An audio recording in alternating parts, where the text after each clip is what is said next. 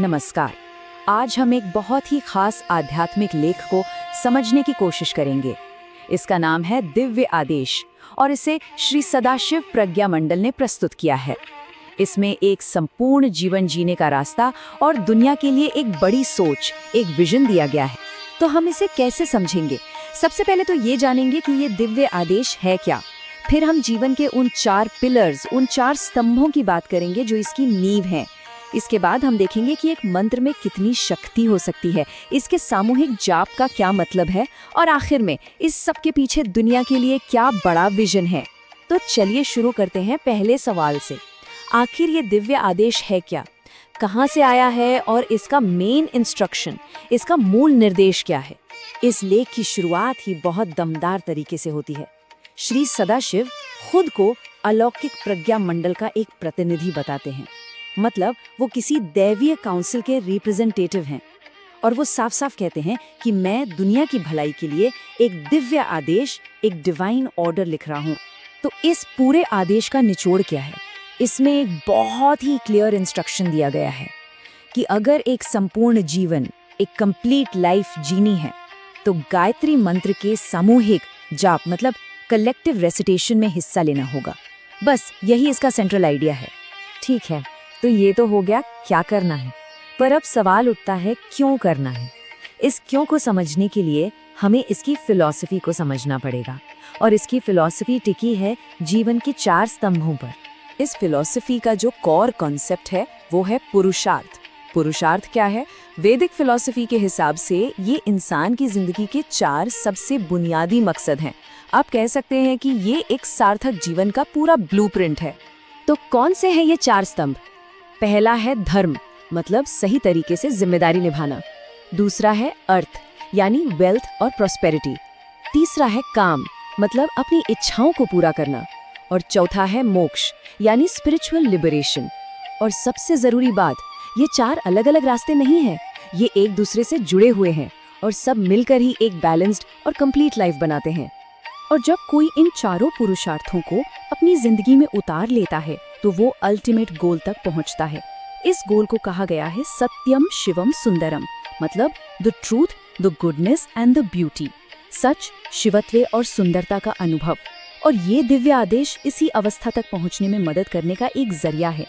ठीक है, फिलॉसफी तो समझ आ गई, लेकिन इस रास्ते पर चलने के लिए, इन पुरुषार्थों को साधने के लिए जो शक्ति चाहिए वो कहाँ से आएगी? तो इसके लिए ये आदेश एक खास टूल, एक खास साधन बताता है, और वो है एक मंत्र। अब यहाँ एक बहुत इंटरेस्टिंग बात बताई गई है। इस लेख के हिसाब से शक्ति जो है वो एक 2-धारी तलवार की तरह है। एक तरफ है कंस्ट्रक्टिव पावर जो कुछ अच्छा बनाने के काम आती है, और दूसरी तरफ है डिस्ट्रक्टिव पावर जिससे नुकसान होता है। तो गायत्री मंत्र का काम क्या है? इसका काम है सिर्फ उस कंस्ट्रक्टिव, उस पॉजिटिव शक्ति को बुलाना जिसका इस्तेमाल सबकी भलाई के लिए हो। और देखिए ये कितना शानदार विचार है। मंत्र का काम सिर्फ एक नहीं बल्कि 2 है। पहला तो है उस पॉजिटिव, क्रिएटिव पावर को हासिल करना, और दूसरा जो शायद उससे भी ज्यादा जरूरी है, ये प्रार्थना करना कि हमारी बुद्धि सही रास्ते पर चले ताकि हम उस शक्ति का गलत इस्तेमाल न कर बैठें। मंत्र को इस्तेमाल करने का ये जो तरीका है, इस प्रोसेस को जप कहते हैं। ये एक आध्यात्मिक प्रैक्टिस है जिसमें किसी मंत्र को या भगवान के नाम को मेडिटेटिव तरीके से, ध्यान से बार बार दोहराया जाता है। तो चलिए थ्योरी से अब प्रैक्टिकल पर आते हैं। ये फिलॉसफी तो बहुत अच्छी है, लेकिन इसे असल जिंदगी में कैसे उतारा गया? कैसे इसे एक सामूहिक प्रैक्टिस बनाया गया? इस कलेक्टिव प्रैक्टिस की अपनी एक हिस्ट्री है। जो पहला बड़ा सामूहिक जाप शुरू हुआ वो था 30 सितंबर 1971 को। इसके बाद दूसरा बड़ा अनुष्ठान 10 अप्रैल 2022 को शुरू हुआ। और ये कोई एक बार की बात नहीं है, ये प्रैक्टिस आज भी श्री सदाशिव आश्रम में हर संडे और थर्सडे को चलती है। और जरा इस प्रयास का स्केल देखिए। इस महान अनुष्ठान को महापुरुष शरण कहा गया है और इसके लिए टारगेट क्या है? 24 करोड़ जाप। जी हाँ, 240 मिलियन। ये नंबर ही बताता है कि इसके पीछे सोच कितनी बड़ी और महत्वाकांक्षी है। तो इतना बड़ा अनुष्ठान, इतना बड़ा लक्ष्य क्यों? इसका अल्टीमेट गोल क्या है? चलिए अब अपने आखिरी हिस्से में यही समझते हैं कि इस प्रैक्टिस से व्यक्तिगत तौर पर और सामूहिक तौर पर क्या हासिल करने का इरादा है। कहा गया है कि इस मंत्र जाप से 5 तरह की शक्तियां जागृत होती हैं। कौन कौन सी? मनोबल यानी मेंटल स्ट्रेंथ, प्राण बल हमारी लाइफ फोर्स एनर्जी, वाक बल हमारे बोलने की शक्ति, विचार बल हमारी सोच की शक्ति और सबसे आखिर में आत्मबल हमारी स्पिरिचुअल स्ट्रेंथ। ये पांचों मिलकर एक इंसान के पर्सनल डेवलपमेंट का आधार बनते हैं।